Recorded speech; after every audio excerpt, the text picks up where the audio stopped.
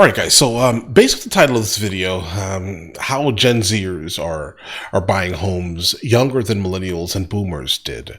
I'm going to go ahead and point out just a couple of things here. They could have the information because there is information out there that can definitely help you get a house. And I'm not referring to like any like government programs or anything like that. Like as long as you have the ability to save any type of like actual capital.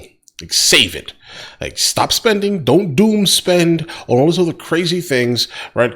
As long as you have the ability to save a good amount of money, I'd say $10, $15, $20,000, you could basically walk right into a house without even using a bank. Okay, so that's just the reality. Okay, so if Gen Zers are Gen Zers, like I would think they are, they grew up on the internet, right? Completely. So that means they understand fully about the concept of like owner finance or seller finance and like creating some type of like brokering a deal for the most part with someone looking to sell a house by giving them some initial payment, signing up for like, I don't know, a 2% to 5% interest rate, maybe a 30-year amortization with like a 15-year optional balloon, or not even a balloon if you get a good deal, right? If you're really good at convincing people to sell their house, right? They basically quick claim or a quick deed. I think it's called a quick claim deed. Something like that, guys, right? They give you the house basically, but contractually you still owe them all that money, right? But you give them that initial, sum, the down payment. You pay them monthly, like it's a mortgage, but technically you have a paid off house, right? So now, if they are going through the process of seller finance or owner finance, guys, yeah, they can definitely get a house as long as they've saved money without using a bank, bro. And that is one option that most people can honestly use to get a house, right? So the first house I purchased was done that way exclusively. And I have later throughout my life purchased multiple other homes, which I still own, through that same exact process. Seller finance, owner finance. I've never used a bank for a house. Ever. But yet all these houses are in my name. But yet we're still obviously paying on some of the houses, right? But people are in them. So that helps at least. And so that's the thing, guys. I mean, yeah, there are ways. And also another way I'm thinking about really quickly is, buying homes. Parents could be buying homes for kids. That's one thing. Also, these Gen Zers are growing up on social media. They understand how social media money functions. So they are most likely making more money than their parents are, probably, right? So they're able to also now buy homes. They're taking sponsorship deals, et cetera, et cetera, et cetera, saving money, buying houses in cash. That's what they're doing, bro. Or their parents are just buying it for them. So that's my opinion. All right. But keep this in mind here. This is probably like 3 to less than 5% of Gen Z are actually purchasing houses. And I'd say half of that 5% are basically on OF. I say half of that 5%, or more than half of that 5% are getting it from OF. But all right, either way, let's go and check this out immediately. Just a suggestion via Discord. Let's jump into it. In 2023, the home ownership rate for adult Gen Zers, those 19 to 26 years old, was higher than the home ownership rate for millennials and Gen X when they were 24. The race is close though. 27.8% of 24-year-old Gen Zers are homeowners compared to 24.5% of millennials when they were the same age. Gen X had a lower rate at 23.5%. I'm so happy with buying a home, and in the moment I didn't know if I was making the right call. Who knows the bad things that can happen if you really don't make ends meet after you buy a home, but fortunately I did get through it, and I think I'm in a way better place now. Gen Z makes up only 3% of home buyers. I figured it. This generation is entering home ownership with the lowest income and are unlikely to be married or have children under 18 in their household.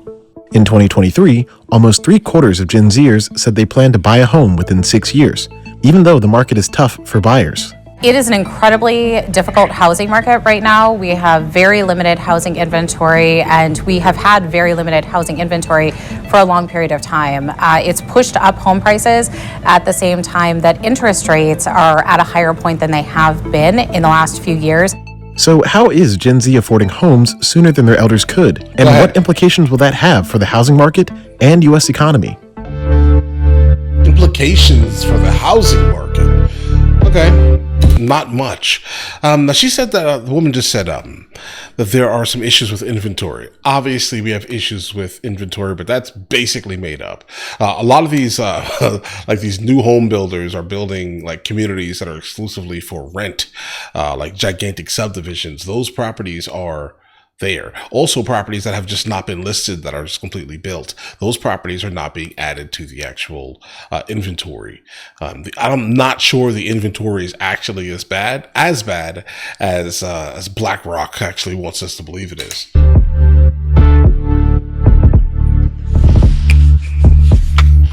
Like you're espousing like in January 2021, like BlackRock talking points. The 30-year fixed mortgage rate hit a record low.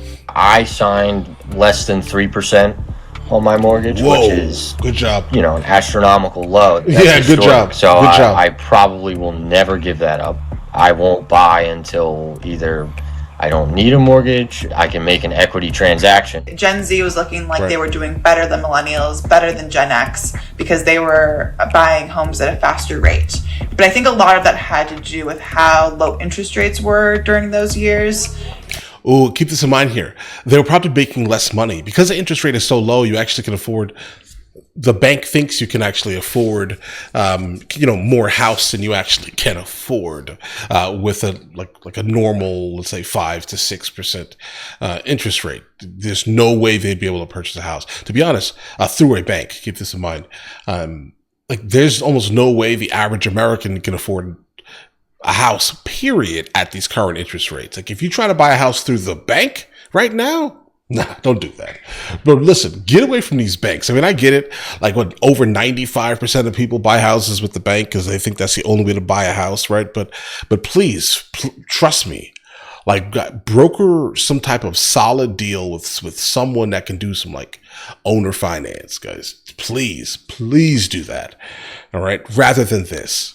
And make sure you negotiate for the balloon though, guys. You don't want that balloon to creep up on you. And remote work opening up more possibilities for Gen Zers to buy homes in places that are more affordable. I had just turned 21 years old when I bought my home. Dominic purchased his first home in October 2020 for about $200,000.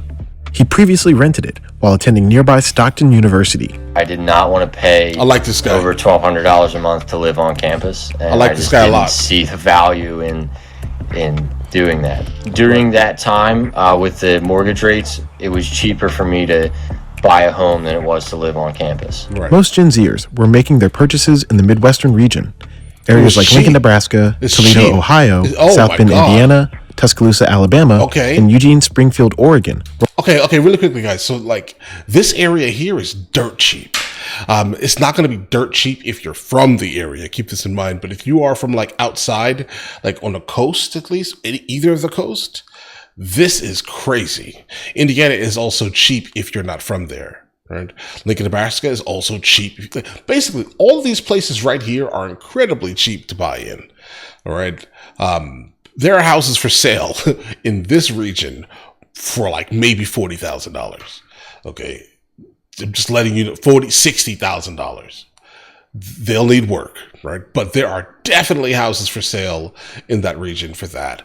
Here, I'd probably say maybe like, even right now, maybe 220. Right, in this market, 220, 230 in this range here. And here, 150, 170, right? If you like tornadoes, at least. And same thing here, right? If you love tornadoes, move here. Right? People are running from these areas. That's also why the house prices are not as gigantic as they are anywhere else. But this here also doesn't make any sense why it's always so cheap. But I'm guessing this is the region where there's all this blight. Right, so keep this in mind. There's a lot of residential blight. Were popular with Gen Z homebuyers. About 28% of homeowners in Lincoln, Nebraska are part of Generation Z. Gen Z may be moving there because the median property value was nearly $200,000 in I was close. 2022. while the national average was around $500,000 that same year. Gen Z Okay, well, right now it's like 416, 420. also bought homes in places like Virginia Beach, Virginia, Cincinnati, Ohio, Detroit, Michigan, cheap St. Louis, land. Missouri, and Indianapolis, Indiana. Okay, they just mentioned some places now that are like $30,000 for a house, bro. Okay, don't go here though. Don't buy nothing here. I'm surprised they didn't mention Memphis, bro, because Memphis is also the same.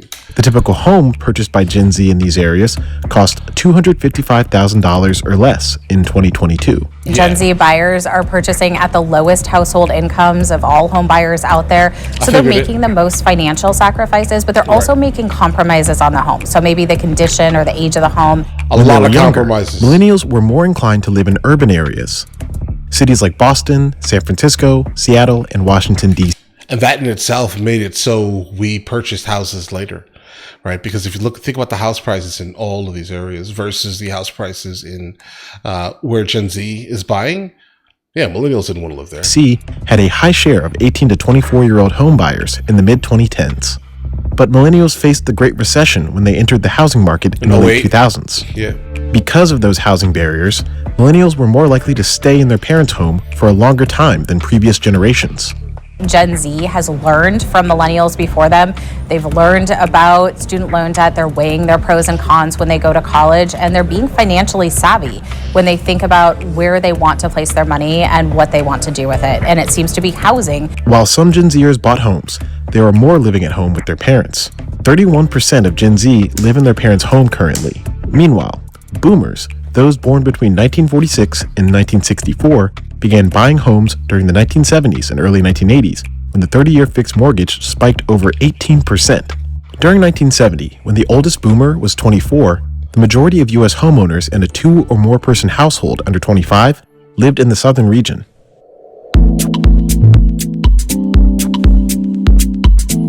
Financial hell. In addition to the easy interest rate environment housing advantage, some Gen Zers were able to get a head start from their family members. More than 36% of Gen Z and millennials who plan to purchase are expecting their family to help them with the down payment. I had my parents co-sign on the mortgage because at that age, regardless of your credit, you pretty much have to have a co-signer, and I understand that not everybody has that opportunity.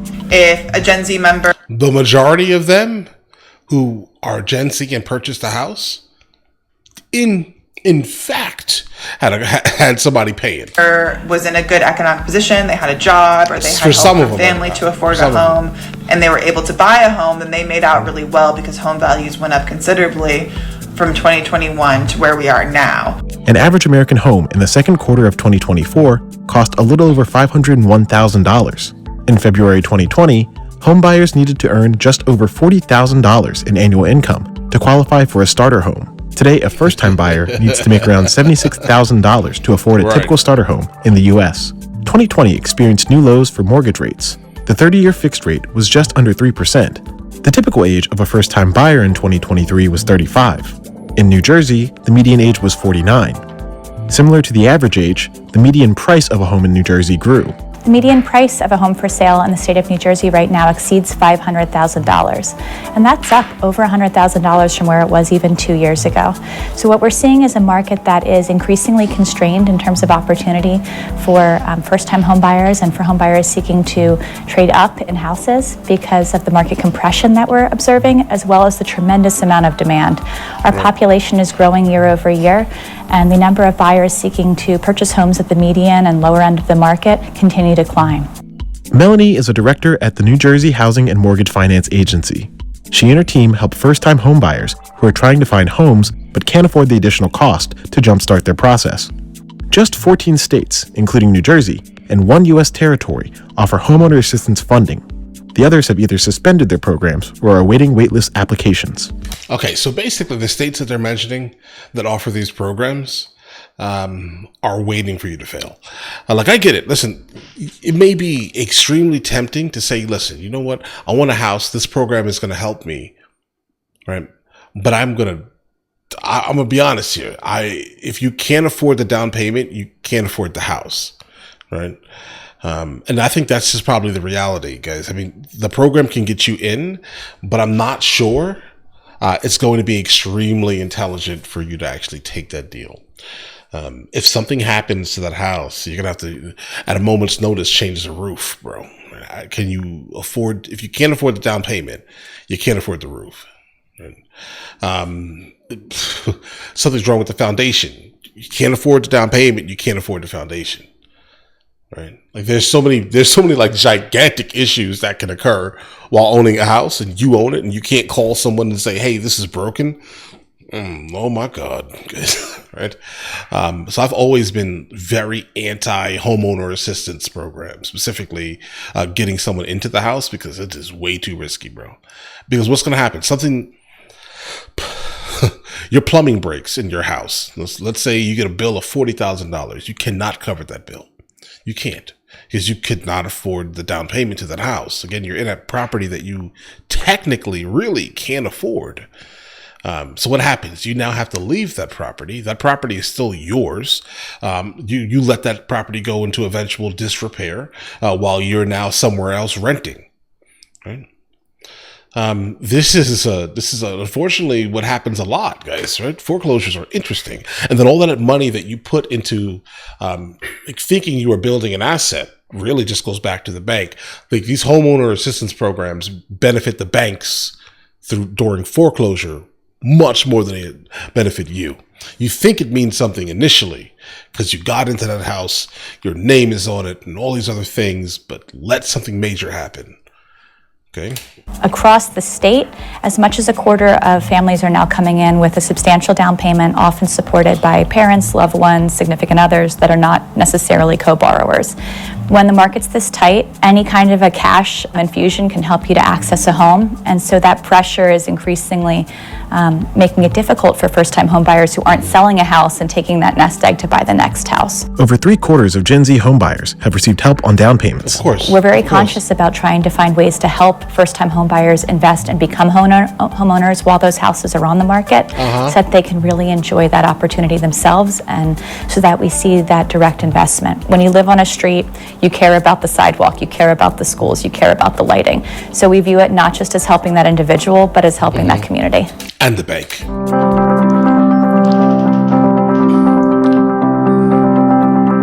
Along with the generational trends in home buying, experts are also seeing a change in who is living inside their homes. Gen Z as home buyers, they're more likely to be single than they are to be partnered. So they're doing this actually on their own, which is really interesting. You call that on their own if 78% of them are having someone else pay for it? The interesting thing about this statement here is generally whenever you like the bank is going to ask you, where's the money at? They want to verify funds.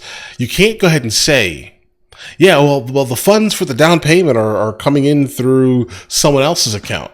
Do you think that they're going to approve you? How are they approving people for that? Right? That doesn't make any sense how people are getting approved when they need to show the down payment funds and the funds are in someone else's account. I mean, I get it happens every single day, but that's not an easy discussion to have with the underwriter or the person that's you're dealing with, at least, unless you're going through like a lender that has nothing to do with like one of the terrible big banks, guys. Don't go to them. If you can deal with a private lender, do that. When we think about affordability, if you want to go that way. Conditions, half of them are single as they go into home buying. We also know they plan on holding their home for a longer period of time than we saw for young millennial buyers at the same age. Like Gen Z, millennials are also more likely to move in alone. 42% of millennial home buyers have purchased their homes alone. Only 34% of Gen X are independent home buyers. Experts say this trend speaks to how the younger generations are delaying or foregoing marriage altogether. But those who are interested in purchasing a loan could have a harder time qualifying for a mortgage. Mortgage lenders look at annual salaries to determine how much a potential client can afford to borrow. This could potentially affect Gen Z because they are most likely receiving entry-level salaries, they owe a substantial amount of debt compared to their parents when they were the same age, and they're grappling with the high cost of living from inflation. Gen Z homebuyers have comparatively lower incomes compared to other homebuyers because they are just starting out in their careers. So they're competing against Gen X and millennial homebuyers who've been in the marketplace longer and who were closed out in the last decade from home purchases. Roughly 38% of Gen Zers and Millennials believe they have a harder time building financial wealth than their parents did because they feel left behind by the economy, while 17% believe they have it easier. And in some ways, Gen Z may be right. Although Gen Z is in fact making more money than their parents did at the same age, they've racked up more debt than their parents. An 18 to 24-year-old in 2022 made $20,000 in wages after adjusting for inflation. That's nearly $5,000 more than what 18 to 24-year-olds made in 1992. Yet, Gen Z carries more student loans and mortgage debt than their parents. The average 18 to 24-year-old in 2022 held $117,000 in mortgage debt, while the same age group in 1992 owed $39,367. I mean, bro, the houses were the price of ice pops. Every $10,000 that you see an increase in someone's student loans, that basically reduces their ability to purchase a home by 10 or 15%. Gen Z home buyers have comparatively lower incomes. And their cars, too. Keep that in mind. Compared to other home buyers because they are just starting out in their careers. When it comes to the workforce, job security is a major obstacle for this age group. And while young adults are more likely to be employed full-time than young adults 3 decades ago, those 18 to 24 only saw a 1% gain in their share of full-time workers compared to the same age group that worked full-time in 1993. It wasn't easy. I worked at least 40 hours a week during college just to make it happen. These financial obstacles are impacting Gen Z and driving a wedge between their goal to be homeowners. In 2023, after mortgage rates soared to as much as 8%, the home ownership rate for adult Gen Zers stagnated. Yeah, of course it did. If you listen to that last statement that he just made here, as soon as everything started going up in terms of the interest rates, because the houses that they could afford now, they didn't want. It got to the point where because of the interest rate, they could afford this in 2021, right? But in 2024, you can afford something in Detroit, basically. That's your goal. Your end game is to find a wrecked house in Detroit for $70,000. That type of thing was going on for a while. A lot of these prices have dropped tremendously in that area, but still. 1 second, guys. I'm going to go ahead and show you something. Kind of to talk about what I was trying to show you earlier. Because there are so many ways to not have to even be bothered with this. And I'm an advocate. Okay, I am literally an advocate for, under no circumstance, doing anything bank oriented when it comes to like houses. Like, don't even bother. So what I'm showing you right here is a group that I like. One of the main groups on Facebook where I've purchased a couple of houses from. So, for example, let's say you've saved up. What's the entry? $29,000. Okay. You saved up $29,000. Okay. This house here, where's this at? Lithia Springs, Georgia, 5 bedrooms, 3 bathrooms, 2,400 square feet. All right. The price of the house is $380,000. Okay. They're going to want $2,715 a month for this house with a interest rate of 4.75. Okay. This is outside the bank, guys. Okay, there's nothing, the bank you're not dealing with the bank, bro. Okay. That's just one example. Obviously is another one in Reno, Nevada. The entry is $30,000, or best offer. Okay. But that's going to be probably accurate there, to be honest here. They want almost $600,000 in Reno, Nevada, almost 1,700 square feet, 3 bedrooms, 3 bathrooms, has an HOA. And once you pay the down payment, you'll have a loan balance through them, right, of, $550,000. And that's for this property. And these are all obviously outside of the bank. Parish, Florida. They want $15,000 in cash. And this is the house here, right, in Florida. All right. And so I'm a literal advocate here, guys, for not going through the banks. When I say that I have purchased multiple properties, okay, I have purchased multiple properties through this procedure. Right. I know some people have said, "Oh, I've had horror stories." I haven't had one yet. And currently I'm on house number 9, through this process. Okay. But all right, guys, listen, the information is out there. Stop going to the banks, bro. But all right, listen, you guys all have an absolutely amazing day. Enjoy your day thoroughly. Guys, before we go, are you guys subscribed to the other channels? Logical Movie Reviews with Mr. L. Boyd along with Mr. L. Boyd Music. Both are found in the description. Check it out.